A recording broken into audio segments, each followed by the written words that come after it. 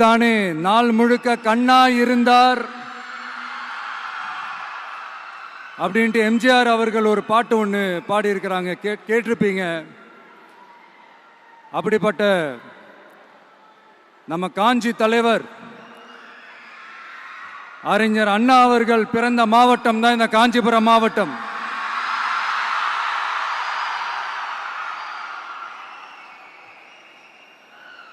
தன்னுடைய வழிகாட்டின்றதுனாலேயே தான் ஆரம்பிச்ச கட்சியினுடைய கொடியில அறிஞர் அண்ணா அவர்களை வச்சவர் எம்ஜிஆர். ஆனா அறிஞர் அண்ணா அவர்கள் ஆரம்பிச்ச அந்த கட்சியை அதுக்கப்புறம் கைப்பற்றினவங்க என்னெல்லாம் பண்றாங்கன்னு நான் சொல்லிதான் உங்களுக்கு தெரியணுமா என்ன? மக்களே, உங்களுக்கு தான் அது நல்லா தெரியுமே.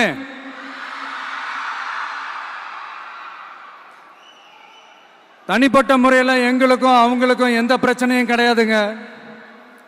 எந்த வாய்க்கா வரப்பு தகராறுலாம் எதுவுமே கிடையாதுங்க. அப்படியே இருந்தாலும் அது நம்ம கண்டுக்கவே போறது இல்லைங்க.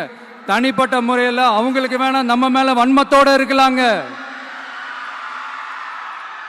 ஆனா நாமெல்லாம் அப்படி கிடையவே கிடையாதுங்க.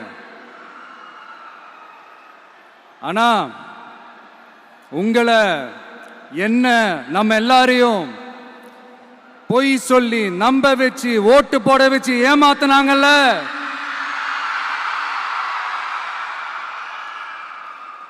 அப்படி ஏமாத்தி ஆட்சிக்கு வந்து நல்லது செய்யற மாதிரி நடிக்கிறாங்கல்ல, நாடகம் ஆடுறாங்கல்ல, அவங்கள எப்படி நம்ம கேள்வி கேட்காம இருக்க முடியும்? அதனால அவங்கள நம்ம கேள்வி கேட்காம விட போறதே இல்லை.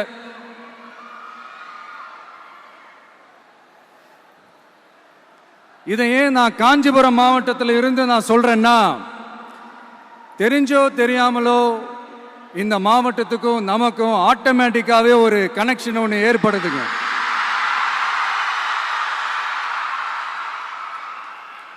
ஏன்னா நம்மளுடைய முதல் கள பயணத்தை தொடங்கினதே பரந்தூர்ல இருந்து தான். பரந்தூருக்கு போய் அந்த மண்ணில் நின்று அந்த மக்களுக்காக கேள்வி கேட்டதும் இதே அண்ணா அவர்கள் பிறந்த காஞ்சிபுரம் மாவட்டம் தான். இன்னைக்கு ஒரு பெரிய மனவேதனைக்கு அப்புறம் இந்த மக்கள் சந்திப்பு நிகழ்ச்சிக்கு வந்திருக்கிறதும் அதே அண்ணா அவர்கள் பிறந்த காஞ்சிபுரம் மாவட்டம் தான்.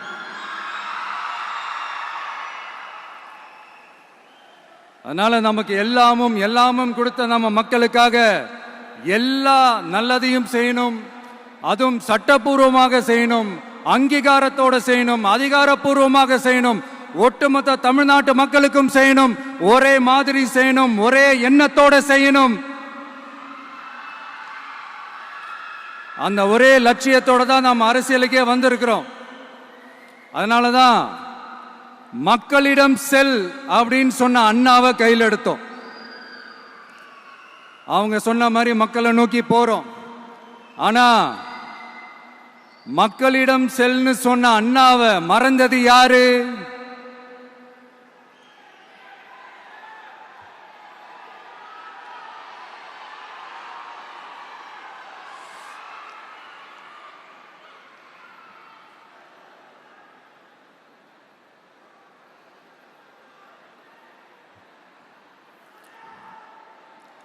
கொள்கையா? அதனப்பா கிலோ என்ன விலை என்னன்னு கேட்கிற அளவுக்கு அப்படி ஒரு கட்சியை ஒன்று நடத்திக்கிட்டு அந்த கட்சியினுடைய தலைவர் தமிழ்நாட்டு முதல்வர் சொல்றாரு, நமக்கு கொள்கை இல்லையா? எப்படி நமக்கு கொள்கை இல்லையா? பிறப்புக்கும் எல்லா உயிருக்கும்னு ஒரு அடிப்படை கோட்பாட்டை நம்ம கட்சியினுடைய ஒரு முக்கிய கோட்பாட்டை அறிவிச்ச நமக்கு கொள்கை இல்லையா? எல்லாருக்கும் எல்லாமும் கிடைக்கணும், சமூக நீதி கிடைக்கணும், அந்த சமூக நீதி உண்மையான சமூக நீதியா இருக்கணும், சாதி வாரி கணக்கெடுப்பு நடத்தணும்னு ரொம்ப ஸ்ட்ராங்கா சொன்ன நமக்கு கொள்கை இல்லையா? CAA அறிவிச்சதுக்கு அப்புறம் அப்ப நம்ம கட்சி ஆரம்பிக்கிறதுக்கு முன்னாடியே எதிர்த்த நமக்கு கொள்கை இல்லையா? வகுப்பு சட்டத்தை எதிர்த்து உச்ச நீதிமன்றத்துக்கு முதல்ல போன நமக்கு கொள்கை இல்லையா? நீட்ட வந்தா ஒழிச்சிருவேன், நீட்ட வந்தா அழிச்சிருவேன், ஆட்சிக்கு வந்தவனே ரத்து செய்யறதே நீட்ட தான், அப்படி இப்படின்னு கதையெல்லாம் விடாம கல்விய மாநில பட்டியலில் சேர்க்கணும்னு சொன்னதோட மட்டும் இல்லாம அதுக்கு ஒரு இடைக்கால தீர்வை சொன்ன நமக்கு கொள்கை இல்லையா? சமத்துவம் சம வாய்ப்புன்னு ரொம்ப ஸ்ட்ராங்கா சொன்ன நமக்கு கொள்கை இல்லையா? இப்படி கொள்கையை வெறும் பேச்சில் மட்டுமே பேசிக்கிட்டு எல்லா கொள்கையும் அண்டர் கிரவுண்ட்ல அடக்கி வச்சுக்கிட்டு என்னமோ இவங்களுக்கு மட்டும்தான் எல்லா கொள்கையும் குத்தகைக்கு எடுத்த மாதிரி. இவங்க கொள்கையே கொள்ளை தானே. எப்படி? இவங்க கொள்கையே கொள்ளை தானே. இதெல்லாம் மக்களுக்கு யாருக்கும் தெரியாதுன்னு நினைச்சிட்டு இருக்கீங்களா?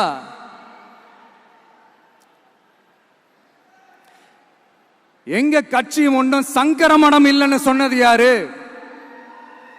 யார் சொன்னாங்க? ஏன் சொன்னாங்க? எதுக்கு சொன்னாங்க? இப்போ உங்க கட்சியில என்ன நடந்துகிட்டு இருக்குது அதையும் கொஞ்சம் யோசிச்சு பாருங்க, இதையும் கொஞ்சம் யோசிச்சு பாருங்க. அதனால பாப்பா, பவள விழா பாப்பா, நீ பாசாங்கு காட்டாத பாப்பா. நீ நல்லவர்கள் போல் நடிப்பதை பார்த்து நாடே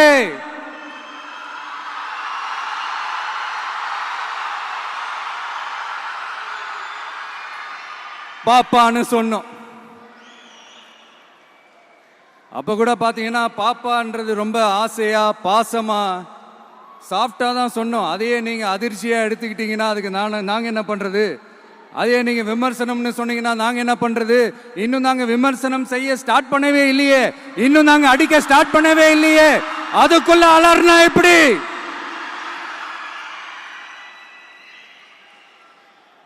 அதனால உங்க அரசவை புலவர்கள் யாராவது இருந்தாங்கன்னா கர்ச்சீஃப் எடுத்து அவங்க கண்ணீரை துடைத்து விடுங்கள். சரி, அது அவங்க பிரச்சனை, அவங்க பார்த்துக்கிட்டோம். நமக்கு எப்பவுமே மக்கள் தாங்க, மக்களுடைய பிரச்சனை பத்தி பேசுறது தான். இன்னைக்கு நம்ம காஞ்சிபுரம் மாவட்டத்துக்கு வந்திருக்கிறோம். இங்க மக்கள் ஃபேஸ் பண்ற அந்த பிரச்சனையை பத்தி நம்ம பேசி ஆகணும்.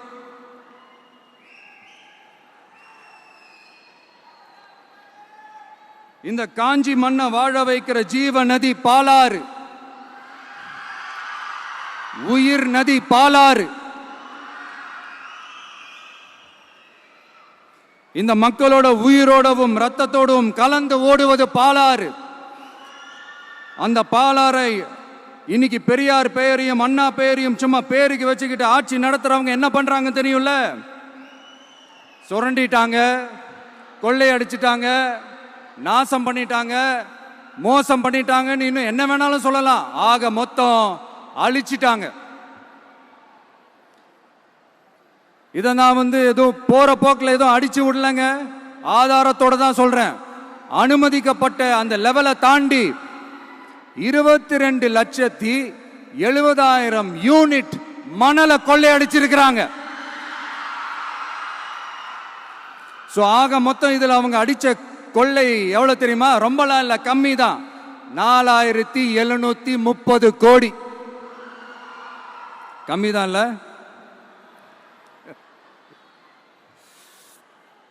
இதுக்கெல்லாம் அவங்க ஆதாரம்லாம் கேட்க முடியாது. ஏன்னா இந்த ஆதாரம்லாம் ஆல்ரெடி கோர்ட்ல இருக்குது, அமலாக்கத்துறை டிபார்ட்மெண்ட்ல இருக்குது. அந்த டிபார்ட்மெண்ட்ல வேலை செஞ்ச சில நல்லவர்கள் அவங்க அடிச்ச அந்த கொள்ளையெல்லாம் தாங்க முடியாம வெளியில சொன்ன அந்த ஆதாரங்கள் இதெல்லாம் சம்பந்தப்பட்டவங்களுக்கு இன்னும் நல்லாவே தெரியும்.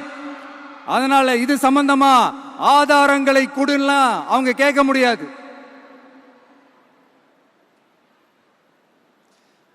மணலை கொள்ளையடிச்சா நீர்நிலைகள் அழியும், ஏரி குளம் கண்மா எல்லாம் அழியும்.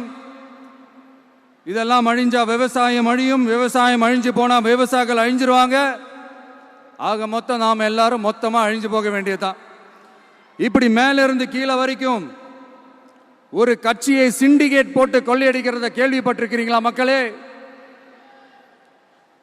இதே காஞ்சிபுரத்தோட உலக பெருமை நம்ம பட்டும் கைத்தறி துணியும் அதை தயாரிச்சு கொடுக்கிற கைத்தறி நெசவாளர்களும் தான். காஞ்சிபுரம் பட்டுன்னு சொன்னா உலகத்துக்கே தெரியும். ஆனா அதை தயாரிச்சு கொடுக்கிற நெசவாளர்கள் நிலை என்ன தெரியுமா? வறுமை, துன்பம், கந்துவட்டி கொடுமை. பட்டு கைத்தறிக்கு கூட்டுறவு சங்கங்கள் இருக்கு, பருத்தி கைத்தறிக்கும் கூட்டுறவு சங்கங்கள் இருக்கு. சுமார் 40,000 பேர் அதில் உறுப்பினர்களா இருக்கிறாங்க. அது போக சாய தொழில், தறிப்பட்டறை தொழில் இதை நம்பி 40,000 குடும்பங்கள் இருக்கு. ஆனா அவங்களோட ஒரு நாள் கூலி எவ்வளவு தெரியுமா? வெறும் 500 ரூபா தான். அதை கொஞ்சம் அதிகப்படுத்தி கொடுங்கன்னு போராடி போராடி பார்த்து ஒன்றும் நடக்கல. இதோட அவங்க கஷ்டம் முடிஞ்சுதா? வடகிழக்கு பருவமழை அந்த 500 ரூபா கூலிக்கு வேட்டு வச்சிடுச்சு. எப்படி விவசாயிகள் டெல்டா மாவட்டங்களில் மழையால பாதிக்கப்பட்டாங்களோ, அவங்கள கண்டுக்காம எப்படி இந்த அரசாங்கம் கைவிட்டுடுச்சோ, அதே மாதிரிதான் நம்ம கைத்தறி நெசவாளர்களும் மழையால பாதிக்கப்பட்டிருக்கிறாங்க. அடுத்து இந்த காஞ்சிபுரம் மாவட்டத்தோட பஸ் ஸ்டாண்டு 60 வருஷத்துக்கு முன்னாடி கட்டினதான். அண்ணா அவர்கள் ஆட்சிக்கு வந்தப்போ கட்டியிருப்பாங்க போல. அது இன்னும் புதுப்பிக்க கூட முடியாம கேட்டா என்ன சொல்லுவாங்க? அந்த லேண்ட் வந்து கேஸ்ல இருக்குது. இல்ல நான் கேட்கிறேன், ஒரு கவர்மெண்ட்னால வேற ஒரு நல்ல இடத்தை தேர்வு செஞ்சு ஒரு பஸ் ஸ்டாண்ட் கட்டி தர முடியாதா?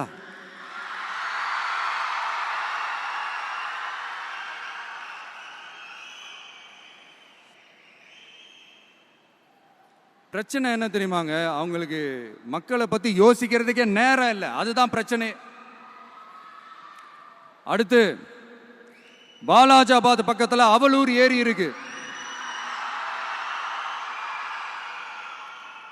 அது பாலாற்றை விட உயரமா இருக்கு.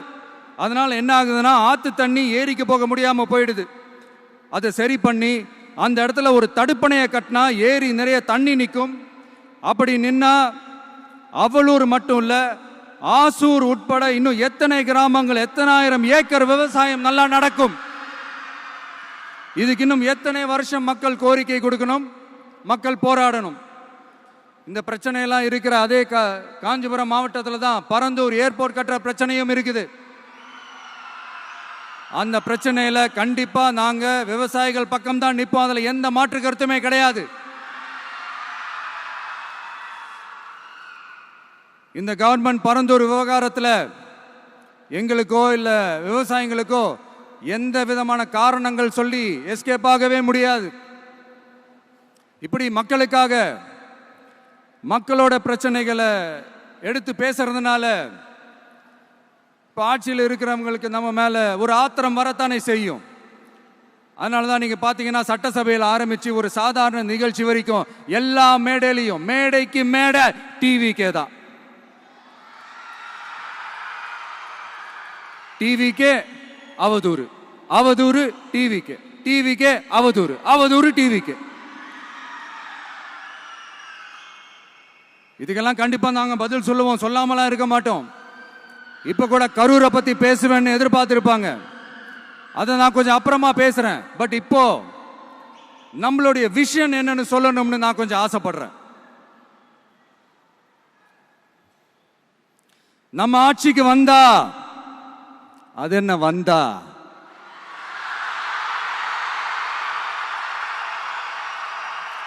வருவோம். மக்கள் கண்டிப்பா நம்மளை வர வைப்பாங்க. மக்களுக்கான ஆட்சியை மக்களே விரும்பி வர வைக்கத்தானே செய்வாங்க. அப்படி மக்களால் அமைக்கப்பட போற நம்ம ஆட்சியில நம்ம என்ன செய்ய போறோம்ன்றது அதுக்கான அந்த தேர்தல் அறிக்கையில் அதுக்கான விளக்கத்தை டெஃபினட்டா கொடுப்போம். பட் அதுக்கு முன்னாடி ஒரு சின்னதா லைட்டா நான் கொஞ்சம் அதை சொல்லணும்னு ஆசைப்படுறேன். எல்லாருக்கும் நிரந்தரமான வீடு இருக்கணும்.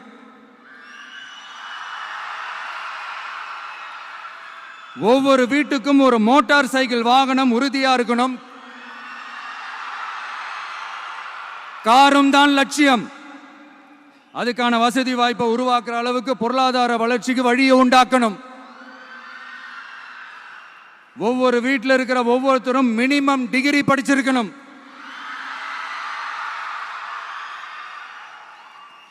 ஒவ்வொரு வீட்லையும் குறைந்தபட்சம் ஒருத்தருக்கு நிரந்தர வருமானம் கிடைக்கணும். அதுக்கான வேலை வாய்ப்பை உருவாக்கணும். அதுக்கு தகுந்த மாதிரி கல்வியில பாடத்திட்டத்தில் சீர்திருத்தம் செய்யணும். கவர்மெண்ட் ஹாஸ்பிட்டல்ஸுக்கு மக்கள் எல்லாரும் பயம் இல்லாம நம்பி போற மாதிரி மாத்தணும். பருவமழை காலத்தில் ஏற்படுற வெள்ளத்தால ஊரும் சரி மக்களும் சரி விவசாயமும் சரி பாதிக்கப்படாம இருக்கணும். அதுக்கு 4000 கோடி திட்டம்னு ஒரு உருட்டுனாங்களே, அந்த மாதிரிலாம் எதுவும் இல்லாம உண்மையான ஒரு பாதுகாப்பு திட்டத்தை உருவாக்கணும். மீனவர்களோட, தொழிலாளர்களோட, நெசவாளர்களோட, அரசு ஊழியர்கள் மற்றும் ஆசிரியர்களோட கருத்து கேட்டு அவங்களுக்கான பாதுகாப்பு மற்றும் வளர்ச்சி திட்டங்களை உருவாக்கணும். உருவாக்குறது மட்டும் இல்லை, அதை செயல்படுத்தணும். முக்கியமா இண்டஸ்ட்ரியல் டெவலப்மெண்ட்ஸ்ல கான்சென்ட்ரேட் பண்ணணும். எல்லாத்தையும் விட ரொம்ப ரொம்ப முக்கியம், சட்டம் ஒழுங்க ரொம்ப ஸ்ட்ரிக்டா வச்சிருக்கணும். நம்மளுடைய அம்மா, அக்கா, தங்கச்சிகள், அவங்களுடைய பிள்ளைகள், குழந்தைகள் எல்லாருக்கும் பாதுகாப்பை, அதுவும் உண்மையான ஸ்ட்ராங்கான பவர்ஃபுல்லான பாதுகாப்பை உண்டாக்கணும். அண்ணா யூனிவர்சிட்டியில நடந்த அந்த பெண்ணுக்கு நடந்த அந்த பிரச்சனை மாதிரியோ, இல்ல கோவையில் நடந்த அந்த கல்லூரி பெண்ணுக்கு நடந்த பிரச்சனை மாதிரியோ அதெல்லாம் நடக்க விடவே கூடாது. நம்ம வீட்டு பெண்கள் ஸ்ட்ராங்கா, பயமே இல்லாம தைரியமா இருக்கணும்.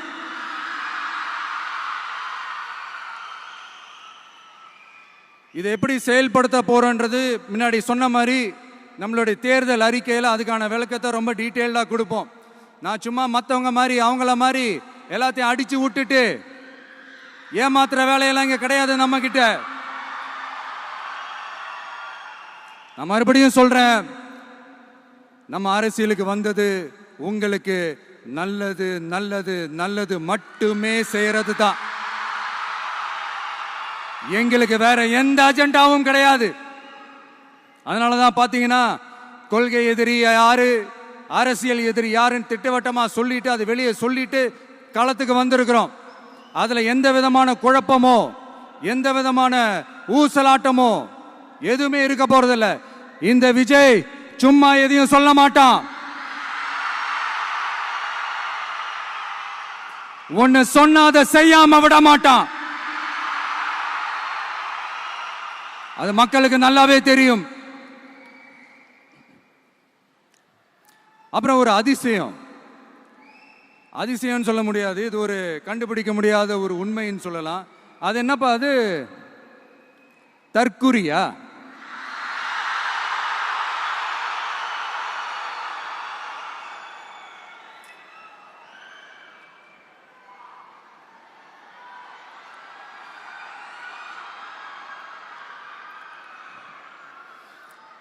நம்ம டிவிகேக்கு சப்போர்ட் பண்ற கோடிக்கணக்கான லட்சக்கணக்கான மக்கள், நம்மளுடைய நண்பா நண்பிகள், நம்மளுடைய ஜென்சி கிட்ஸ் எல்லாரையும் தற்குறிகள்னு சொல்லி வாங்கி கட்டிக்கிட்டு இப்போ அவங்களாம் தற்குறி எல்லாம் கிடையாது, அப்படிலாம் அவங்கள கூப்பிடாதீங்க, அவங்க சங்கிகள்லாம் கிடையாது, அப்படிலாம் அவங்கள கூப்பிடாதீங்கன்னு சொல்லி ஒரு குரல். யாருடா அந்த குரல் அப்படின்னு பார்த்தா, இப்ப ரீசெண்டா அறிவு திருவிழான்னு ஒண்ணு நடத்தினாங்கல்ல, சாரி அவதூறு திருவிழா. அதுல அவங்க தலைமையே குழப்புற மாதிரி, அறிவு கண்ணை திறந்து வைக்கிற மாதிரி ஒருத்தர் பேசியிருக்கிறார். அவர் யாருன்னா அது அவங்களோட எம்எல்ஏவே. அந்த எம்எல்ஏ யாருன்னா நம்மளுடைய கொள்கை தலைவர்கள் ஒருத்தரான மக்கள் சேவகர் அஞ்சலை அம்மாளோட சொந்தக்காரர். என்னடா இது இப்படி ஆகி போச்சு? டிவிகேக்கு சப்போர்ட் பண்ற மாதிரி நம்ம கட்சியிலிருந்தே ஒரு குரல் வருதுன்னு சொல்லி தலைமையில் ஃபுல்லா கன்ஃபியூஷன். அந்த கன்ஃபியூஷன் இதோட நிக்காது. அந்த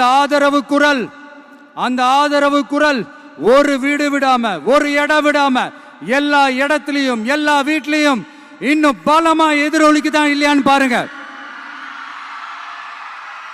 சும்மா பிளாஸ்ட் தான்.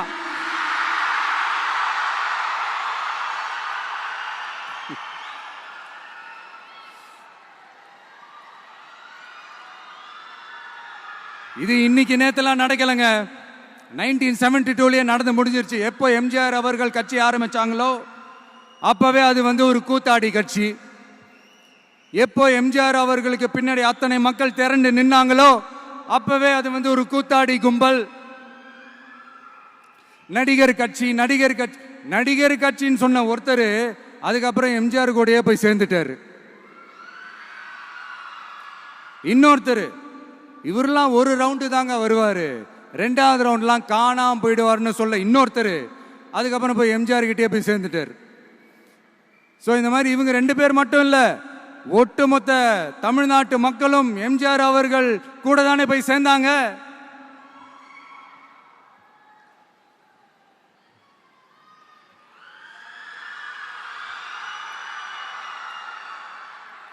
அதனால இது வரலாறு.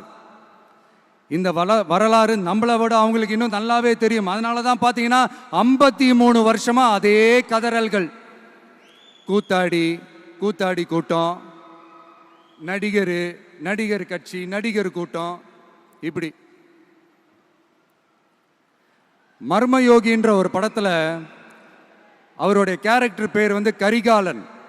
அதுல ஒரு சூப்பர் டயலாக் ஒன்று சொல்லியிருப்பாரு. குறி வைத்தால் தவற மாட்டேன், தவறுமானால் குறியே வைக்க மாட்டேன்.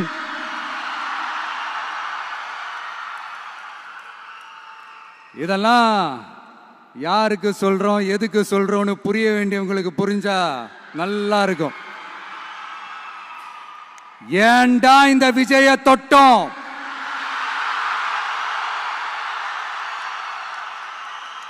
ஏண்டா விஜய் கூட இருக்கிற அந்த மக்களை தொட்டோம் நினைச்சு ஃபீல் பண்ண போறீங்க.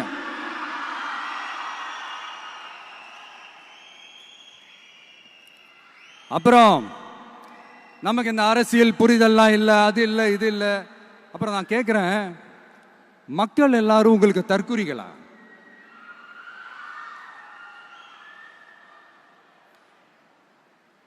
அதே மக்களோட ஓட்டு வாங்க போற நாம தற்குறிகள்னா அப்ப இவ்வளவு நாள் அதே மக்கள் கிட்ட இருந்தானே நீங்க ஓட்டு வாங்கிட்டு இருந்தீங்க. அப்ப நீங்க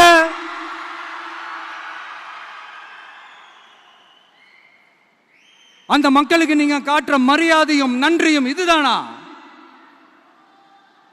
ஒண்ணு மட்டும் சொல்றேன், எழுதி வச்சுக்கோங்க. இந்த தற்குறின்னு சொல்றீங்கல்ல, இந்த தற்குறிகள்லாம் ஒன்னா சேர்ந்துதான் வாழ்நாள் பூரா விடையை கண்டுபிடிக்காத முடியாத அளவுக்கு உங்க அரசியலே ஒரு கேள்விக்குறியாக்க போறாங்க.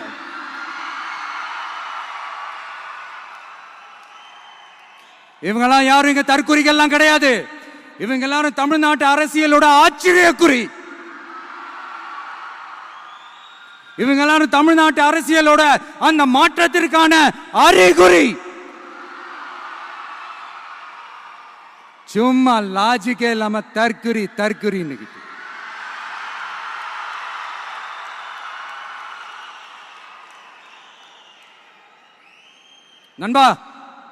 நண்பி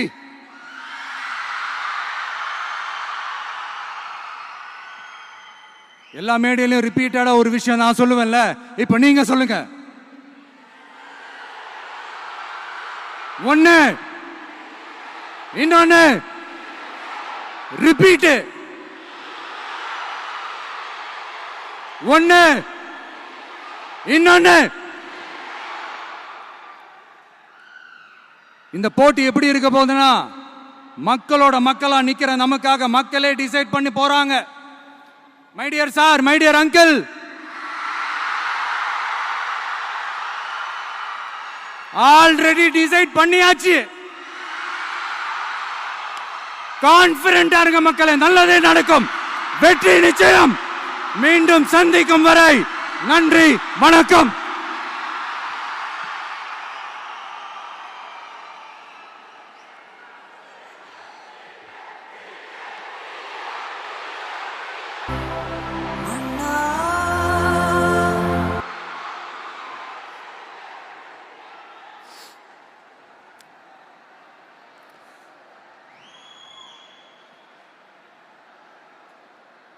வெளியில போக பர்மிஷன் கிடைச்சவொன்னே கூடிய சீக்கிரம் வெளியில வருவோம். அதனால தான் இப்படி ஒரு ஏற்பாடு. எல்லாரும் இருந்து சாப்பிட்டு போகணும்.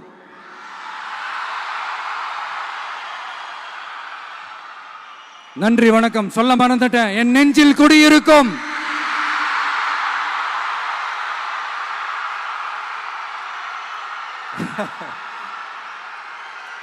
Sorry, slip my mind. Thank you. மீண்டும் சந்திக்கும் வரை நன்றி, வணக்கம்.